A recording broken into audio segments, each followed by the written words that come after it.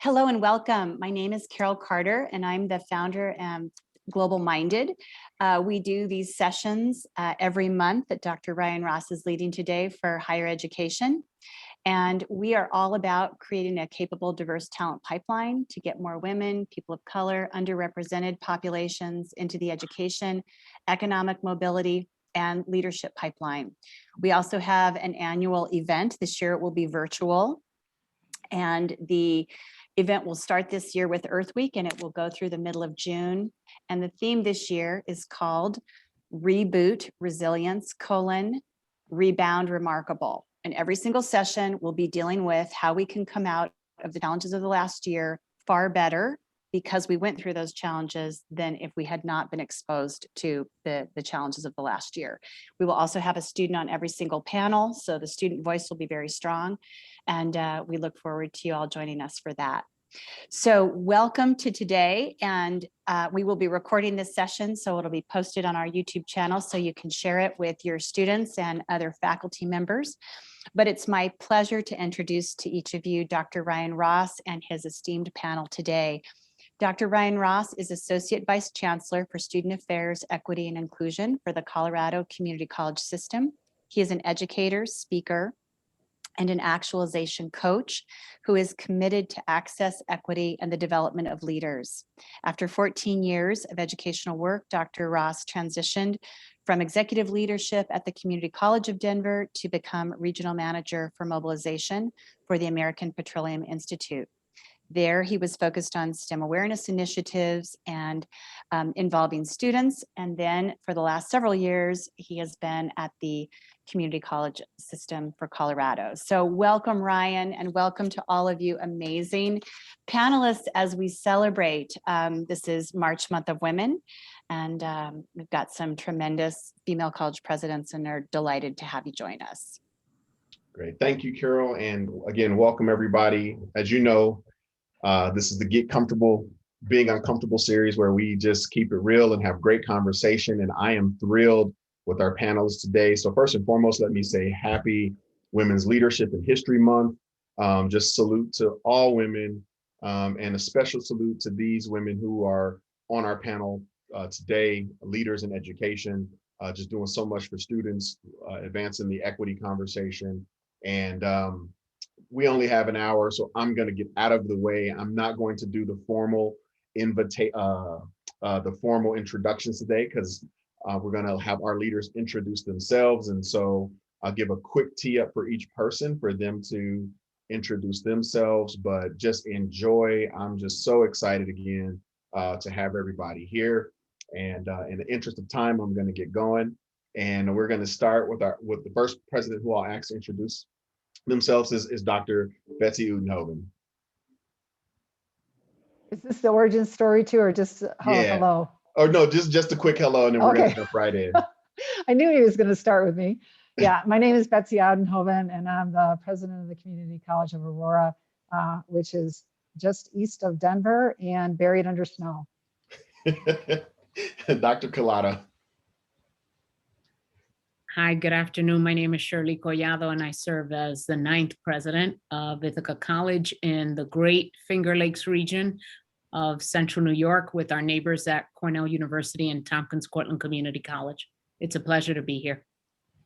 Dr. Martin. Very much. It is a privilege to join you today. I have the privilege to serve as the president of Fairmont State University, located in Fairmont, West Virginia. And today is a sunny day, so we are very happy that we're not shoveling snow. Thank you for having me.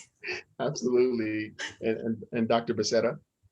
Yes, good afternoon, everybody. My name is Irma Becerra. I'm the 7th president at Marymount University. We are located in Arlington, Virginia. And our campus doesn't quite look like this yet. We are crossing our fingers because we're supposed to have spring sooner than later, but any minute now. Awesome. Well, welcome and thank you guys for being here. And like I said, we're going to jump right in. This is one of my favorite months. And similar to Black History Month, it's a month that we take pause for, but it's something that we need to be doing and thinking about all 365 days in the year. But to just take a moment and highlight the contribution of women leaders and the impact that you have on society is just really important to me. And so we're going to jump right in. And what we really want to start with is your origin story. Oftentimes we see, what happens in the end, just 4 amazing presidents who are just doing big things and making big decisions and leading and inspiring people. But that's not where you started. And so, how did you get here? What's your origin story? Who are you beyond the bio and beyond, the president of your institution? And so we'll start with Dr. Martin. Well, thank you. I appreciate the opportunity to be here again. My story is very similar to the story of many immigrants. I was born in Cuba, and my grandmother, my sister, and I were allowed to escape the communist regime.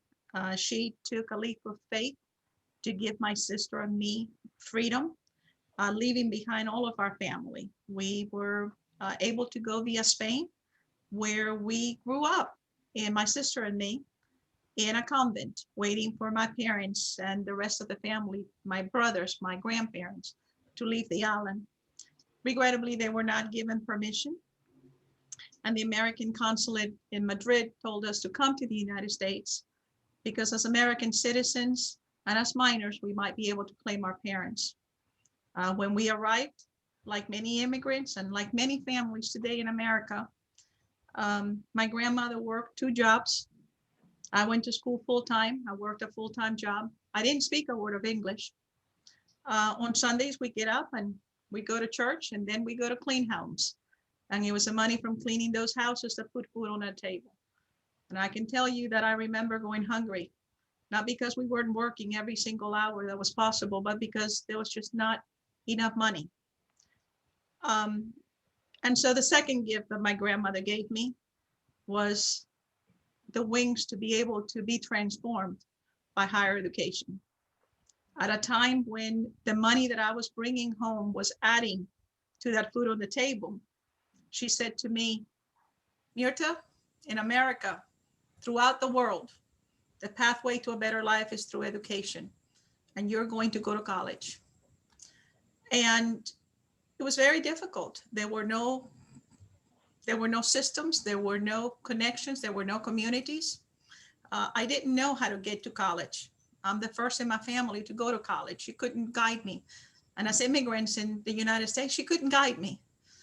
And a teacher took me under her wing. And a teacher showed me how to apply to college, how to fill out applications. It was a teacher that wrote the check that I attached to my application to Duke University. And that's what started my journey.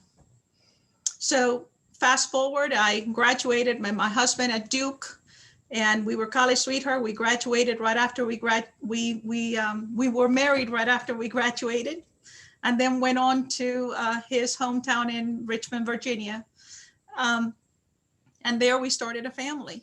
But my grandmother said, education is a pathway forward, and you're going to go back to graduate school. And you don't say no to your grandmother. You say, ma'am, yes, ma'am. And I said, ma'am, yes, ma'am. And I went on to graduate school. And then she said, well, you now know how to multitask with children, with a full-time job, with going to school. Now you're going to go on to get your PhD. And I said, ma'am, yes, ma'am. Along the way, there were many mentors. I started my career in the banking industry, and it has served me well as a college president. In that I became a senior VP in charge of commercial lending and mergers and acquisitions. So that financial awareness, being financially savvy in these days, especially in the 21st century landscape of higher ed, has proven to be exceptionally worthwhile. And of course, my PhD is in business strategy. So you combine the two, and we've been successful. I am where I am because of a calling. For me, being a college president is not about a title or a position. It's about giving back. Throughout my life and still today, people have been the voice when I didn't have one. People have opened doors when I couldn't open one.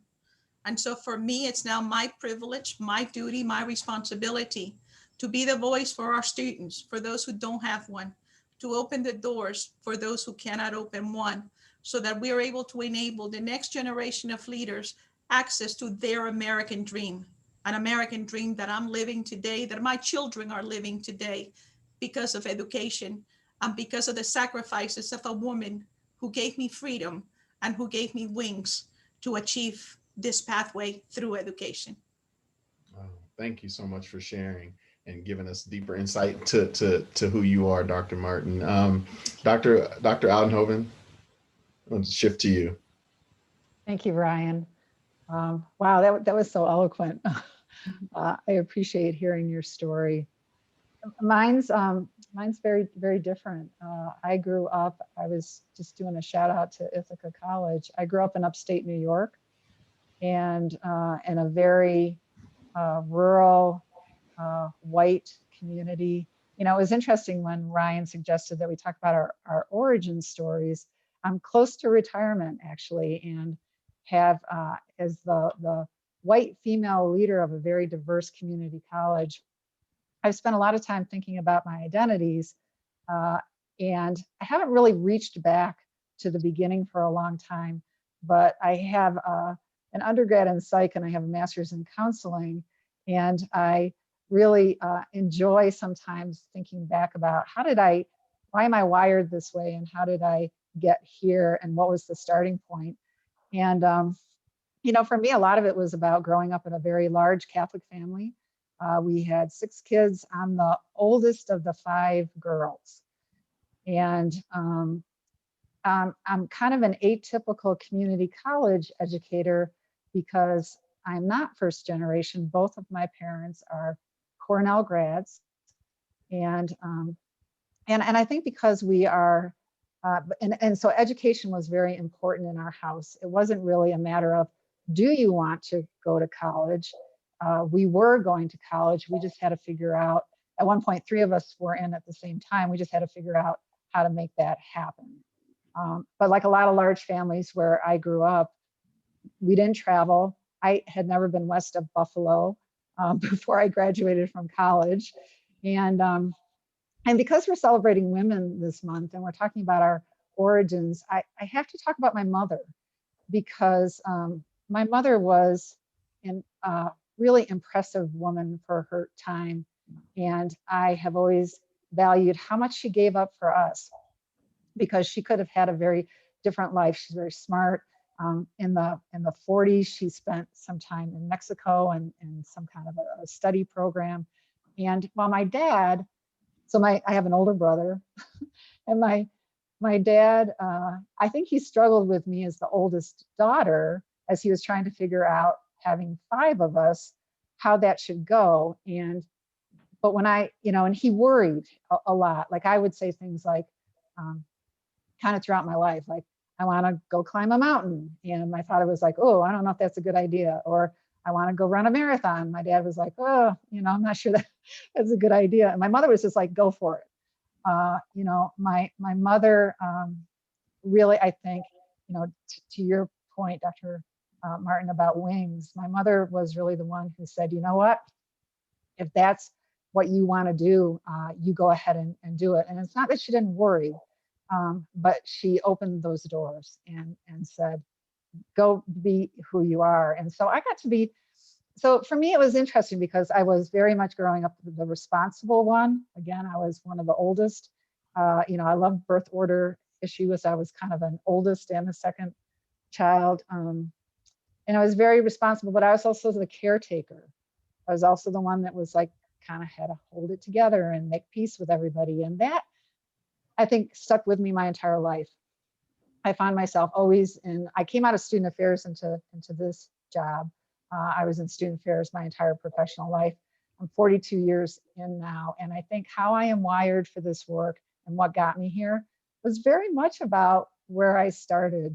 And so I appreciate the support that I got from my mother and still from my sisters. And I think they appreciated that I broke some ground for them. So when I said, I want to go out to Colorado, I want to climb mountains, I want to do all of these things that at that time, again, Title IX was my senior year in high school. Women weren't necessarily doing those things. So I just, I feel blessed that I was able to do that. And that's enough about me. Thank you. Thank you so much. Dr. Becerra, we'll come over to you. Well, thank you. Well, I share a lot with Dr. Martin. We have a similar background in the sense I'm also Cuban. My parents had to flee because of the Cuban Revolution, and they also left with nothing. I was an infant, 8 months old, and we moved to Puerto Rico, where I grew up through high school. And I came to live with Abuela in Miami, which was not the college experience I had in mind, as you can imagine. Living with Abuela, going out on a date with my cousin, because couldn't go out by myself, even though I'm in college. So some of these kind of cultural things that we had to reconcile, because the Cuban experience was interesting in the sense that Cubans always came to the United States thinking it was a temporary thing and that we would go back. And I think that's why we hung on to our traditions to a large extent, because there was this sentiment that we would return to Cuba. Of course, over the years that has faded.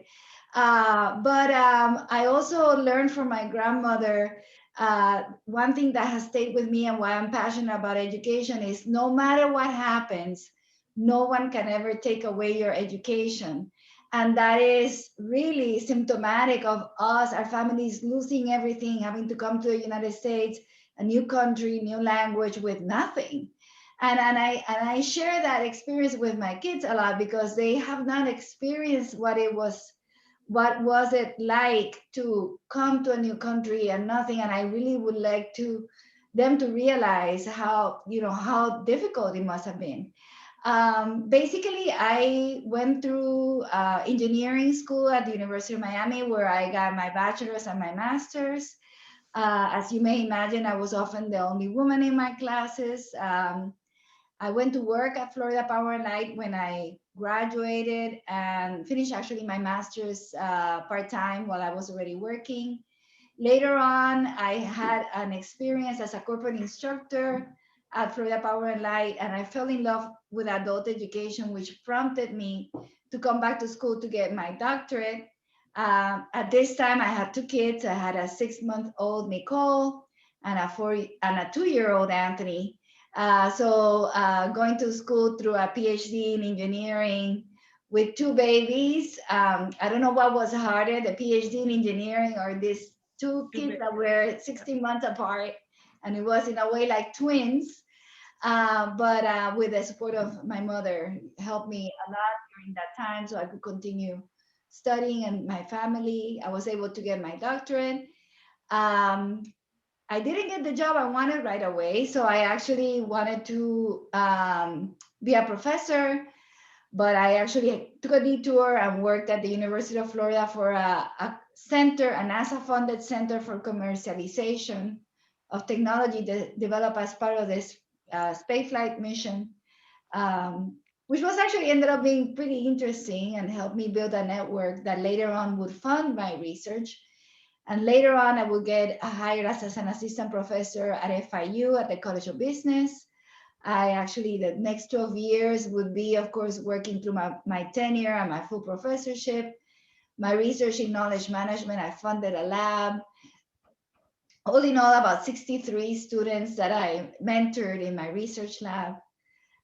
Later on, I would get invited to a number of positions in higher ed administration. And I decided to take that step mostly because I saw the opportunity to really impact more lives. I was excited about impacting lives in the classroom, but I could see a greater impact as an administrator. So became first a center director for entrepreneurship, then vice provost for academic affairs at FIU, vice president for engagement at FIU, provost at St. Thomas University. And I was there when Marymount recruited me to be Marymount's 7th president I've always loved the Washington area. I think it's so exciting to be at our nation's capital. And I fell in love with this phenomenal university. So I've been here for 2 years. It feels like 102 years because, as you all know, going through the pandemic as a university president, it feels like 100 years. So, but delighted to be here, and thank you for the opportunity to share my story. Thank you. Thank you so much. Dr. Collado.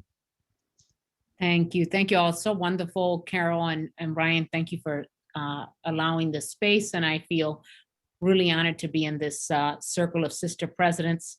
I'll be brief because I know I'm last here and I want to make sure we dig into the questions, but I guess I'll just say there are lots of connections here in the stories. I'm a first generation college student. If you can't hear from my accent, I have not been able to shake it off. I am a Brooklyn born girl, native New Yorker, first generation Dominican American. My parents hail from the beautiful country of Dominican Republic. I identify as an Afro-Latina, and I grew up in a neighborhood called Sunset Park in Brooklyn. The eldest, only girl of a traditional Catholic Dominican family, with a matriarch maternal grandmother who critically shaped my life until we lost her when I was just turning 17. And my dad drove a cab in New York City for over 30 years. And my mom worked in a clothing factory with her sister and her mother. So in terms of my family, my community, I tell people this all the time, not a really unique story in terms of being the child of immigrants, being a parentified child that grew up really fast. I raised two of my brothers and ran a household at a very young age, had enormous responsibilities at a very young age, and did not plan to leave New York City at all. I was going to go to the great city University of New York. My dream school was going to be Brooklyn College or Hunter, and I would have been very proud to attend the CUNY schools, but I ended up getting an incredible opportunity that took me outside of New York, down south, to Vanderbilt University, where I now serve on the Board of Trust. I was in the first group of an experiment, if you will, that's now known as the Posse Foundation. And I want to give a shout out to Edwin Maez, who is sending me love from Case Western Reserve University as a Posse liaison there. And if you don't know about Posse, it started over 30 years ago, and it's a leadership program for urban youth now in 10 cities that get to go to top colleges and universities around the country in cohorts, in posses, if you will. In the late 80s, posses was my group of friends, my home base, my family.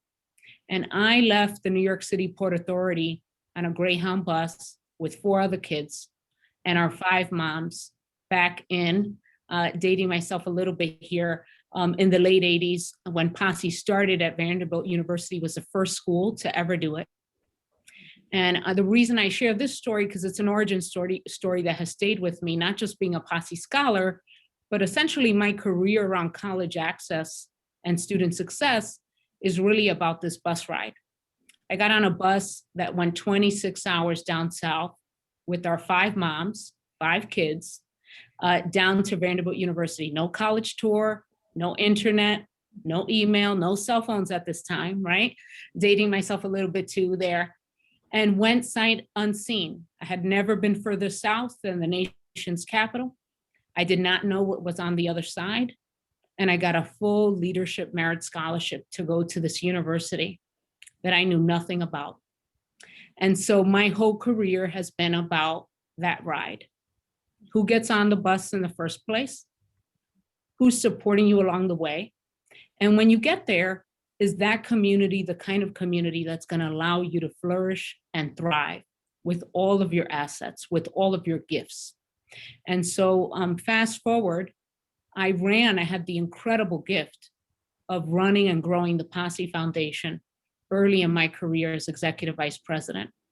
And I happened to be the first Posse scholar to become a college president, get a PhD, and serve on a university board. And I'm not in that group special at all. There are scholars all around the country now doing amazing things. I just happen to have the blessing of having served in the very first group and then running the organization, which was a labor of love, before going on this serendipitous journey of becoming a college president, which was not planned. And that's not what I thought I would be doing right now. So I'll leave the origin story there and just thank you all for listening in. Yeah, thank you all. Thank you all for just sharing your story. I think oftentimes when you wear the title of president, people just forget that you are human and that you have very real stories and just tons of advice and experiences that we can all relate to. So thank you so much. And speaking of being presidents, the percentage of women college presidents over the last 30 years has increased a little bit, but there's still a gross inequity between women and men in terms of serving as presidents. And so I'm just curious, with that being said, if you could kind of share what that decision was like, what it was like for you to become a college president, what did you have to sacrifice, and what did it take in comparison to maybe male counterparts? And we can just jump in on this part now. Let's just have at it. Yes, we're just gonna have a flow of conversation, right? We can, yeah. Some of us can answer some of the questions. Okay. Yep. You know, I can piggyback just on what Shirley was just sharing. For me, this was not the plan. I kind of laugh about the fact that I'm an accidental president. I spent 20 years at state universities before I transitioned to community colleges. And community colleges were a revelation for me in terms of women and women leaders and what a good space these institutions are for women. You know, it's great to be here with these university leaders because in my experience at universities, it was very different. And it just was never the plan for me. A lot of the young women that I know and that I work with, they have a plan and they are going places and they know what they want to do and how they want to get there. What I would just offer is that for me, throughout my professional life, I was married with kids. My husband's in higher ed. I followed him for a long time for different jobs. And actually coming to Colorado to the Community College of Aurora was really my move. And I came in student affairs, and that's where I plan to stay. But when the opportunity presented itself, the thing that made it possible for me was that all along the way, I had said yes.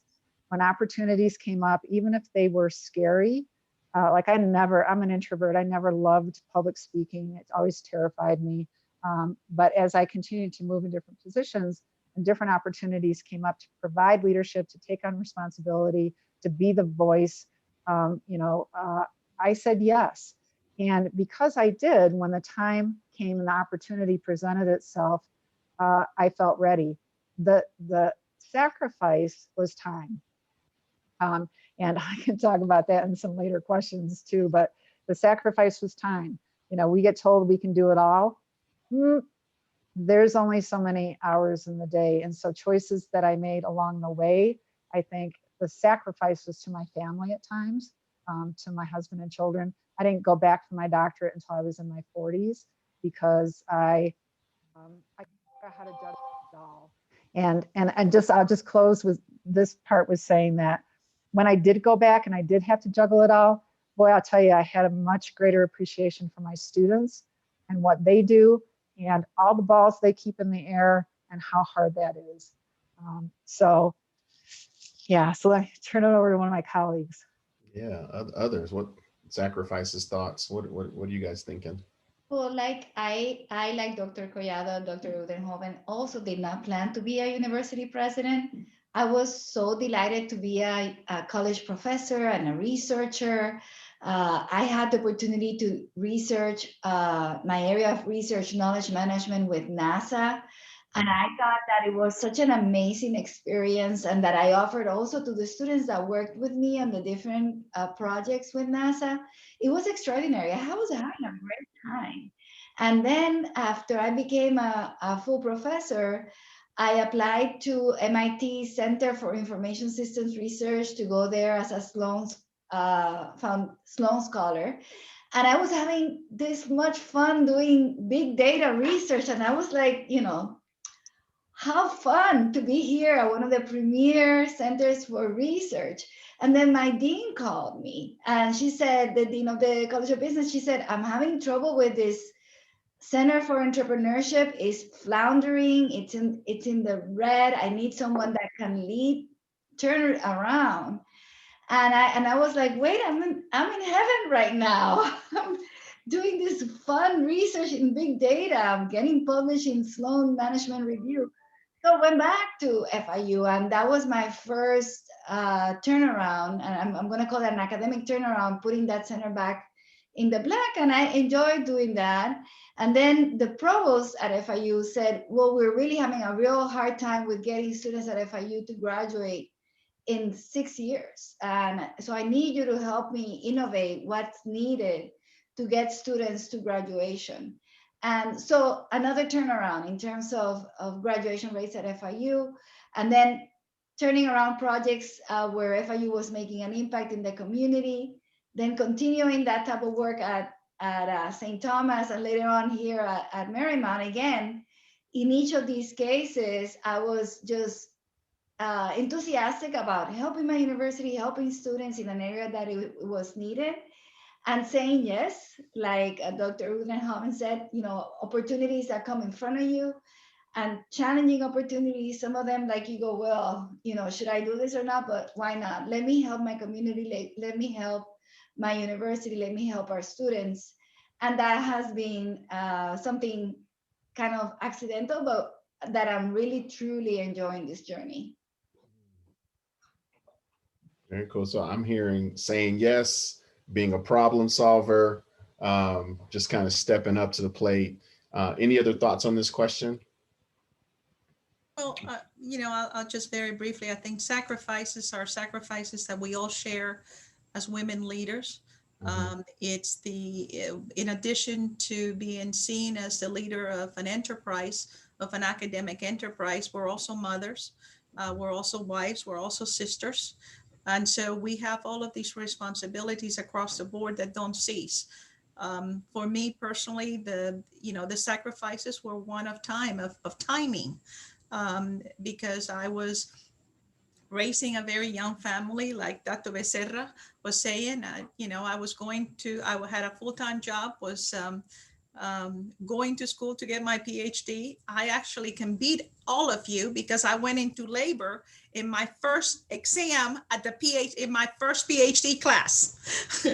And to this date, the professor who became my mentor, my dissertation chair, my friend, my colleague, still calls my son Patrick my fourth credit. And it's like, how's your fourth credit doing? Very well, Dr. Fairhome. Patrick is doing just fine. But my husband and I were the proverbial sandwich generation, taking care of older parents, grandparents, and very young children, while being able to grow within the corporate ladder and then move on to academia. And then because of that, even though there were opportunities that came forward, I chose not to take them, because with my experience in leaving my family behind, my faith and my family are all I have. So they were not sacrifices. If I had to do it again, I would do it again.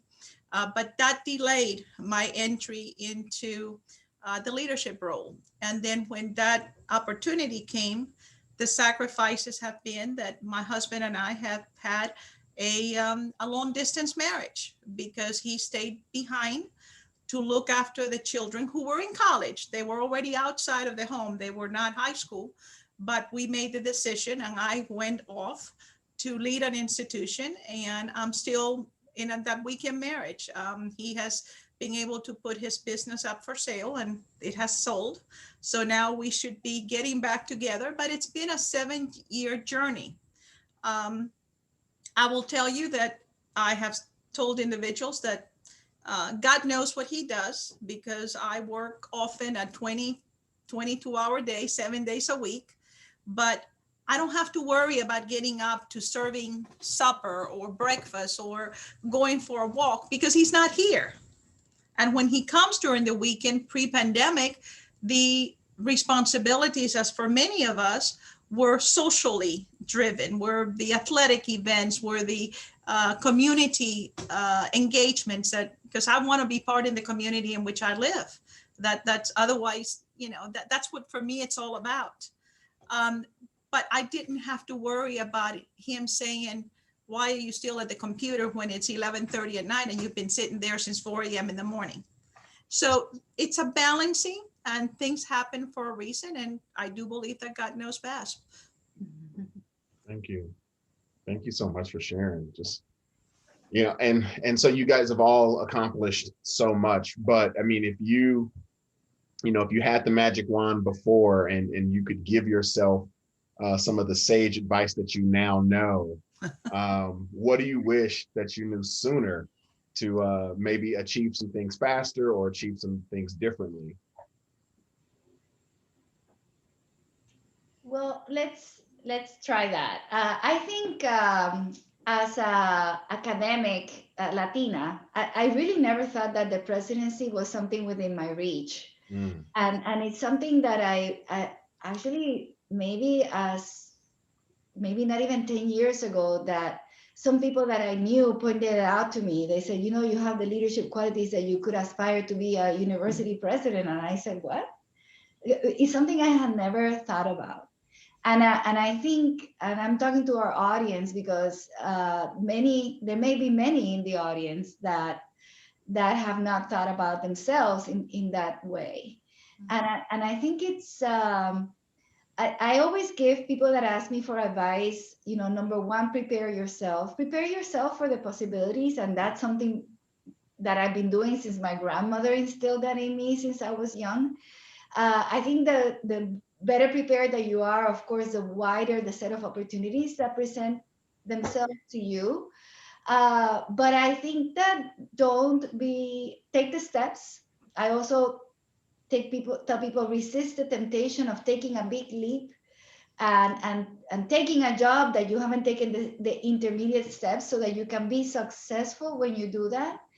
I think for us Latina presidents, we are so few of us that all eyes are on us. And I always say, you better do a good job because you are paving the trail for those that are coming after you. Absolutely. So that's why it's important to prepare yourself to take the steps. But then also it's important to look back and reach back and help those that are coming after you. And that's why I take the opportunity. I think what we're doing today is actually helping those that are coming after us, to know that this is within the reach, 2, what you need to do to be successful, and 3, always keep your eye on those that are coming after you. Absolutely.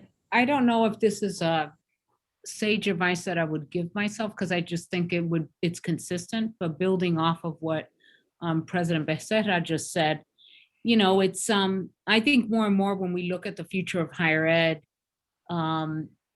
what's going to be required of us and required of leaders are people who really have refused to exist in traditional boxes of this linear way of arriving to a role.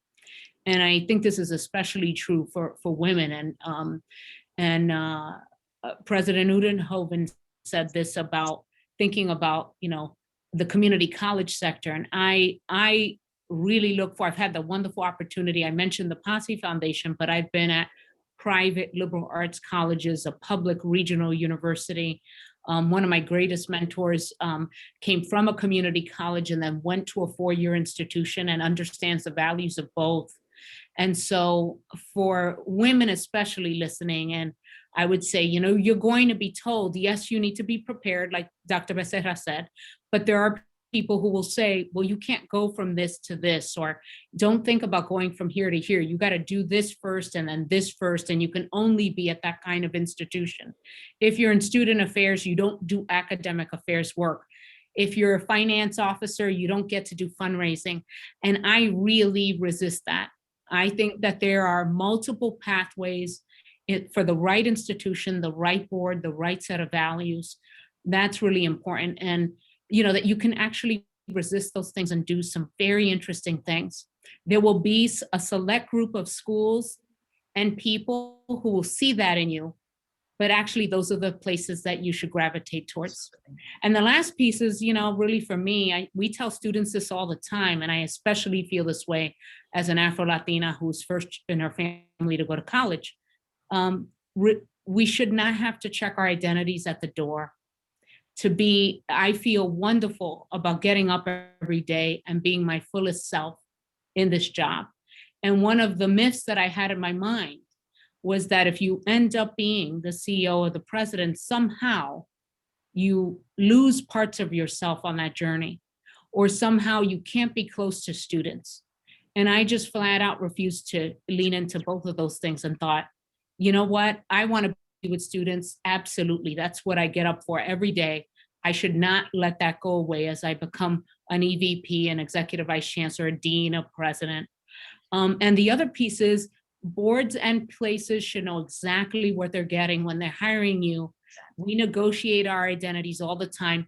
There's no better group than women who negotiate this kind of stuff all the time. And so why not be able to do that actually as the CEO and as a board member in a boardroom? And so those are the kinds of things that I think are so important that we don't talk enough about, because many students, and especially women, I think, feel that there's somehow, there are rules of engagement, there are expectations, but we should be here to push the limits and the boundaries of that. And I think that's an important set of values to live by. Absolutely.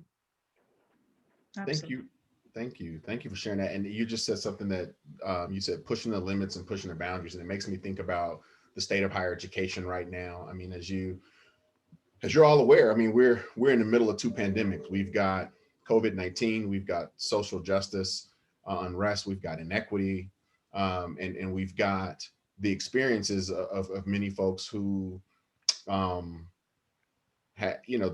it's been happening. Injustice has been happening, but now it's being amplified.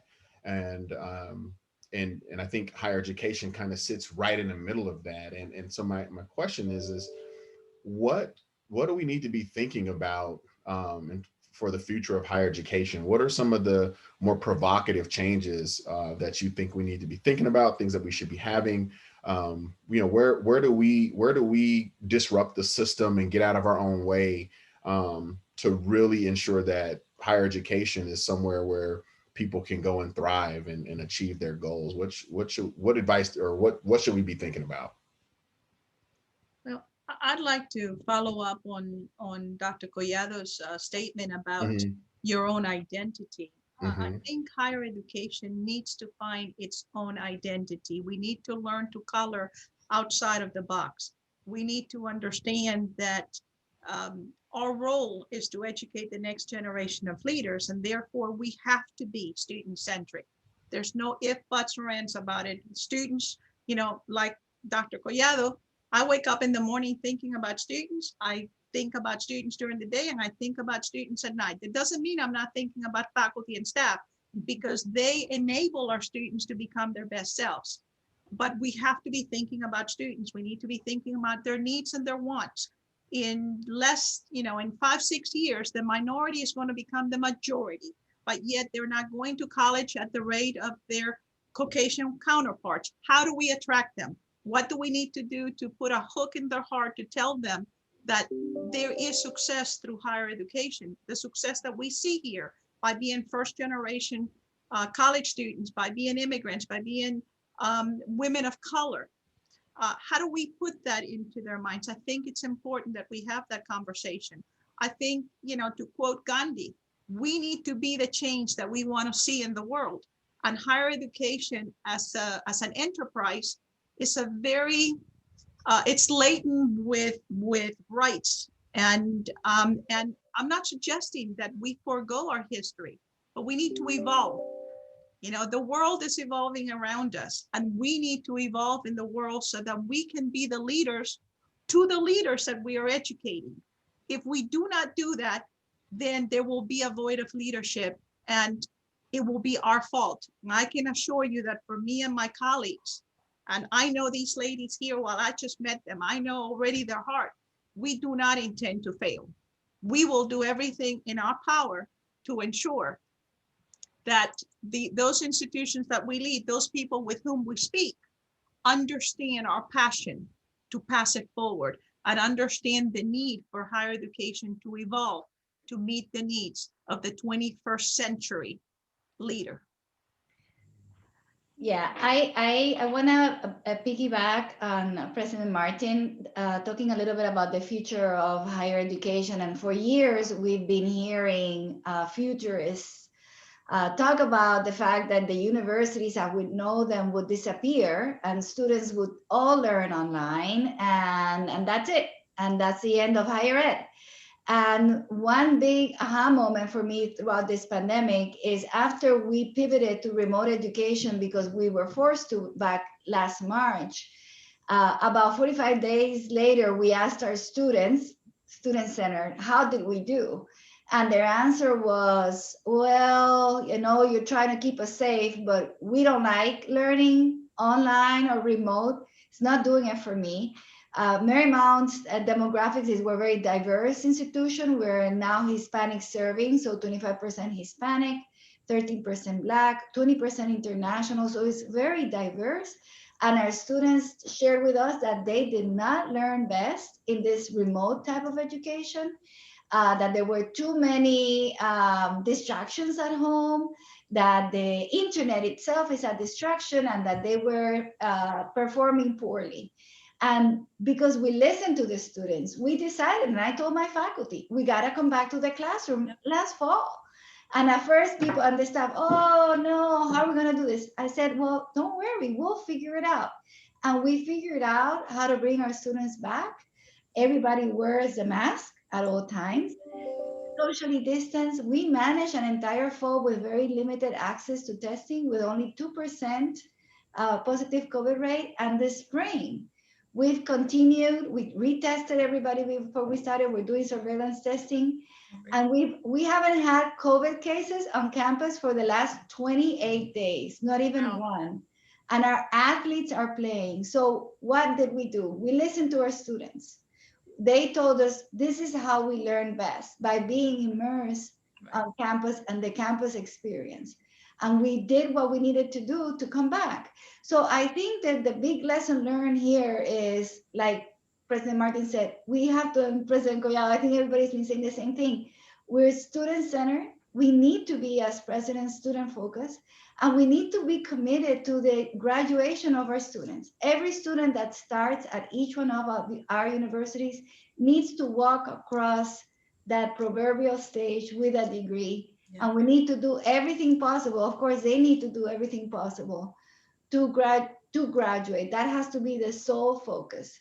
And actually, I also think that we as presidents have a responsibility to combat head on this rhetoric that college is not for everybody. Because every time I hear that, I feel that they're talking to my young me, right? My young me, 18-year-old, who put herself through college, whose parents immigrated from Cuba, who really was not supposed to make it to university president within a lifetime because, you know, the color of my skin, because we're immigrants, because college is not for everybody.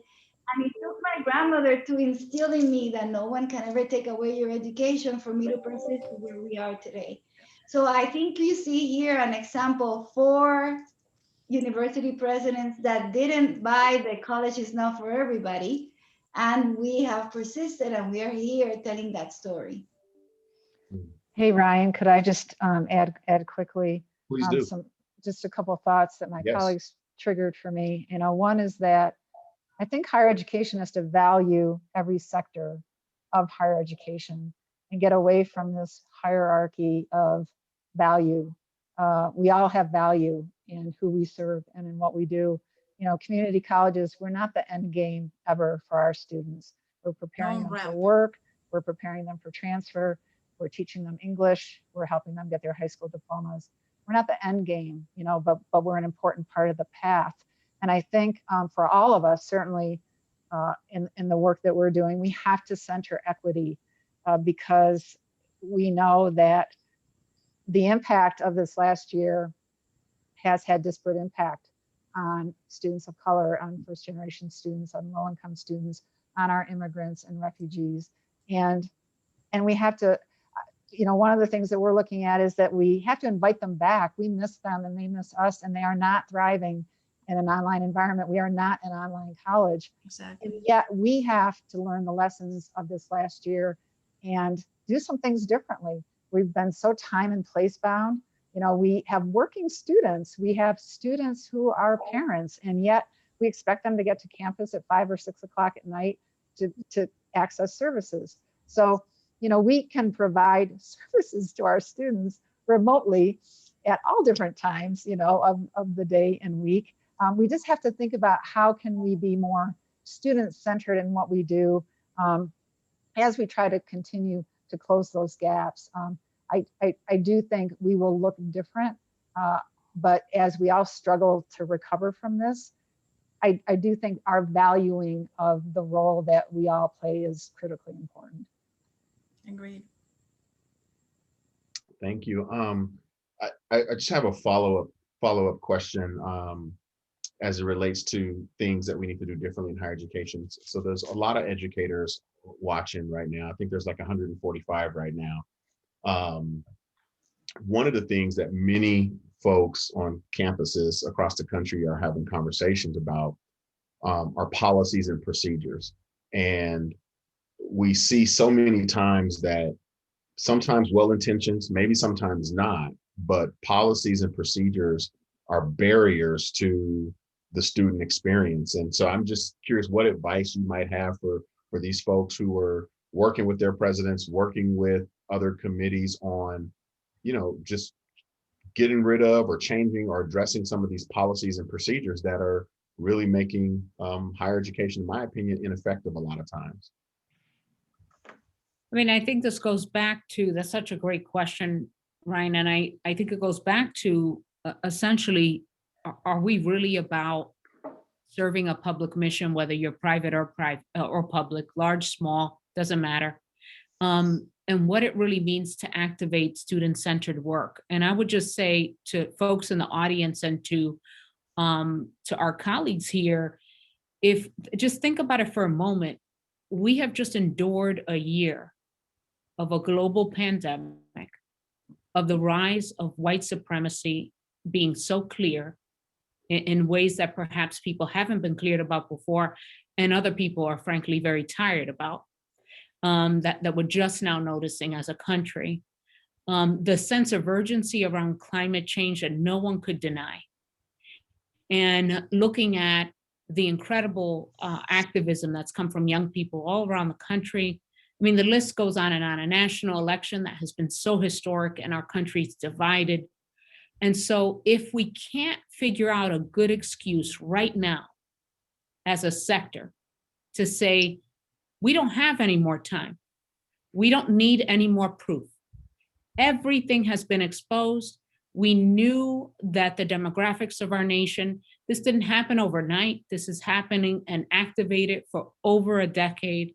Now we need to come together. And one of the beautiful things about COVID-19 in so many ways that, if we could think about beautiful things coming out of this time, is I think there was a cross-sector set of collaborations that happened across different kinds of institutions, local, state, federal government, small businesses, corporations, all kinds of things, because we all had to come together and unify when we didn't really have a national and collective path forward.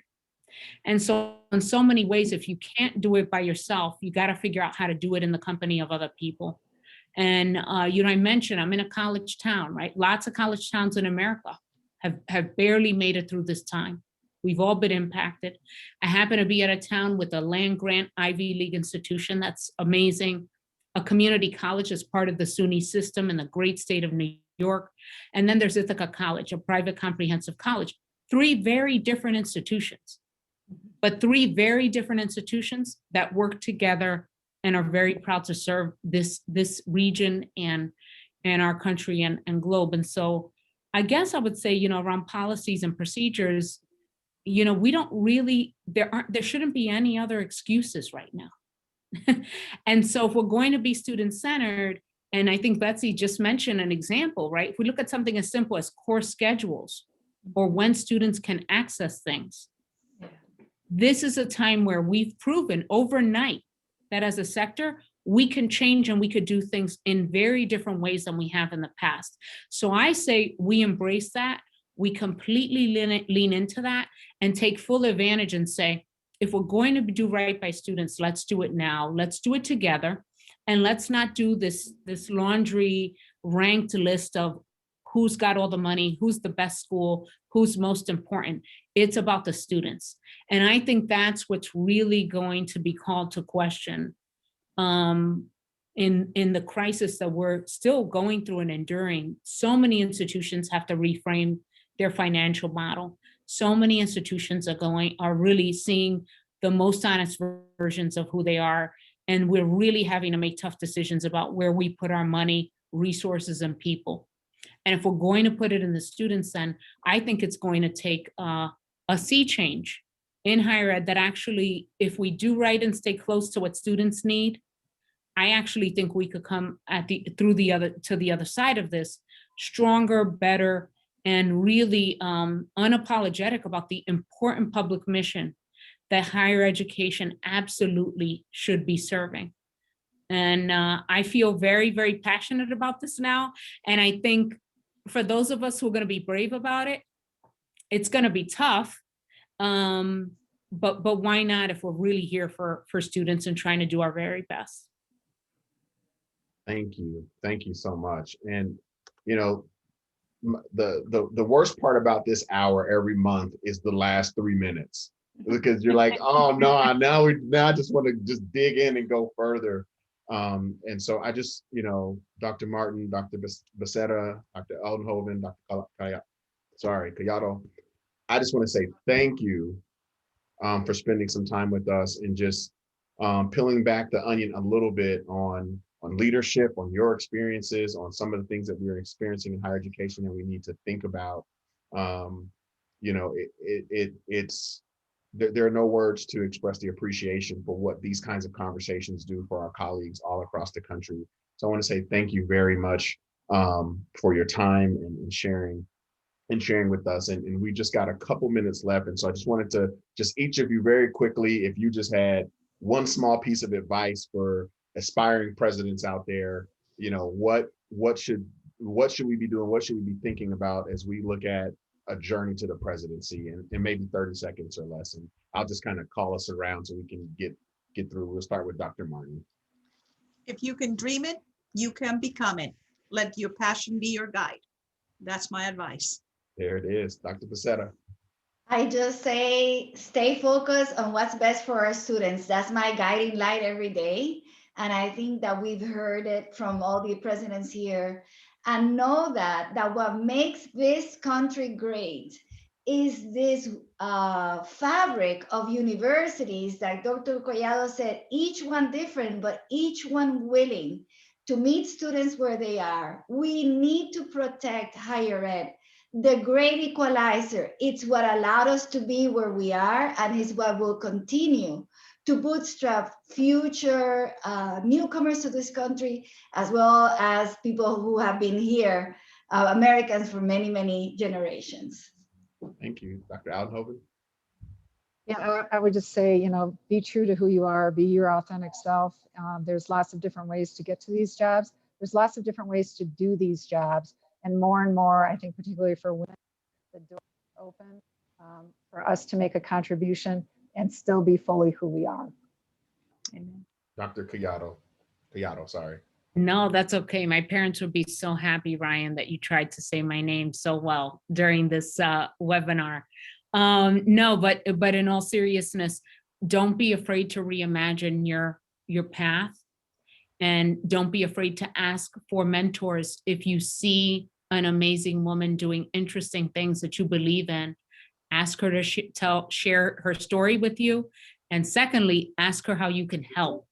And don't be afraid, and always pay it forward. We're here because we're on the shoulders of many. We're here to share the space with many. And we absolutely are here to shape who's going to come beyond us. It's always bigger than an individual person. Thank you. Thank you so much. Again, thank you guys so much for being here. Thank you to all of the participants who are here. We really, really appreciate you. Thank you for coming back for another month of Get Comfortable Being Uncomfortable. I just want to take a very quick second to say thank you to the Collado Community College system, who's created this opportunity for me to do this work and partner with amazing folks like Global Minded to just start these conversations and continue the equity conversation in the very complex and informative and multifaceted way that it needs to happen. Thank you to KPMG, who's one of the sponsors, the PhD project. There are just so many folks who are coming together to make these conversations and opportunities happen. When you think about, the price that like a panel like this could cost, but to be able to come together. And so again, thank you to the presidents for investing your time, talent, and treasure to be here to provide this development opportunity for so many folks. So with that said, thank you guys so much. I'll look forward to seeing you guys next month and want to turn it back over to Carol Carter of Global Minded. And Thank a big you so much. Thank you, to Ryan. Carol. Carol, also to you you are the engine behind this. You know what? No, I'm part of Celeste and like hundreds of people that are part of this, and a bunch of people like Ryan and inclusive leaders like all of you. So I am like a conductor of an orchestra, but no, it's a lot of people that do this. So I just want to thank all of you, and it's so nice to see all the people who attended. I feel like the people who just invested in the last hour to share with you all at the table with you just got an enormous, maybe they don't have their vaccine yet, but they just got a gigantic shot in the arm. I think of inspiration and courage and boldness that each of you provided and that Ryan created the space for. So I just want to thank all of you and to say that we have these 7 different equity teams each month, and we hope that you'll encourage your students to be part of this, your faculty. We are all about creating different inclusive communities, different circles that together with coordination and collaboration can really move the needle 100x more than they could in their own individual silos. So thanks to all of you, and happy International Month of Women. And we're going to be celebrating next month STEM and STEM stars and tech talent. And then in May, we're going to be celebrating a lot of incredible educators across the entire pipeline. So looking forward to working with you on all of that. And thanks to all of you who joined us today. And we will be sending everybody who signed up the link to the session. And we'll also share some of the things that were in the chat. So thanks to all of you. Thank Take you. good care. Thank Everybody you. be Take care. safe. Thank you for Thanks the opportunity. again. Thank you guys. Bye-bye. Everybody next month. Take Thank you. care. Thank you, Thank you Ryan. so Thank much. you, Carol. Thank you so very much. Nice to see you, Shirley.